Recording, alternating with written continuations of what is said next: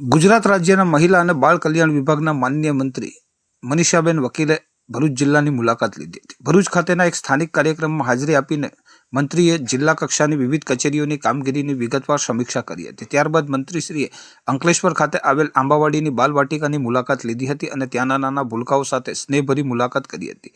આ કાર્યક્રમમાં ભરૂચ જિલ્લા ભાજપના પ્રમુખ પ્રકાશભાઈ મોદી પણ ઉપસ્થિત રહ્યા હતા. બાલવાટિકાના બાળકોએ ઉમકળાભેર મંત્રીનું ચાલ્લો કરીને સ્વાગત કર્યું હતું અને નાના ભૂલકાઓ દ્વારા કરવામાં આવેલ નૃત્યની પ્રસ્તુતિએ સૌ કોઈને પ્રભાવિત કર્યા હતા. આ મુલાકાત દરમિયાન મંત્રી મનીષાબેન વકીલે બાલવાટિકામાં કાર્યરત બહેનોને બાળકોને આપવામાં આવતા ભોજન, પોષણ અને તેમની કાળજી વિશે પ્રાથમિક પૂછપરછ કરી હતી. તેમણે ભારપૂર્વક જણાવ્યું હતું કે બાળકોનો ઉછેર શુદ્ધ નાસ્તો, સ્વચ્છ પાણી અને સારા વાતાવરણમાં થાય તે આવશ્યક છે.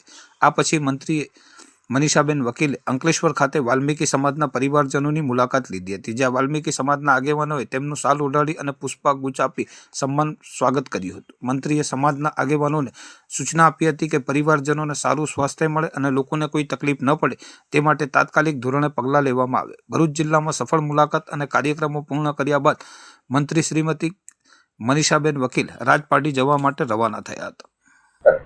આજે અંકલેશ્વર ખાતે આંબાવાડી ખાતે એક આંગણવાડીનો પ્રવાસ કર્યો. મારી સાથે ભરૂચ જિલ્લાના પ્રમુખ પ્રકાશભાઈ મોદીજી પણ ઉપસ્થિત છે. સાથે સાથે આ વિસ્તારની જેટલા બાળકો છે જે આંગણવાડીમાં આવે છે એમની સાથે મુલાકાત કરી છે, એમના હેલ્થ વિશે જાણકારી મેળવી છે. સાથે સાથે જે આંગણવાડી બહેન છે એ પોતે રસોડામાં શું બનાવે છે, એમની જે વાનગી છે એ પણ જોઈ છે અને ખૂબ સારો પ્રતિસાદ પણ અહીંયા બાળકો દ્વારા અમારું સ્વાગત કરવામાં આવ્યું. સ્વાગત ગીત પણ એ લોકોએ ગાઈને સાથે ડાન્સ પણ કર્યું છે.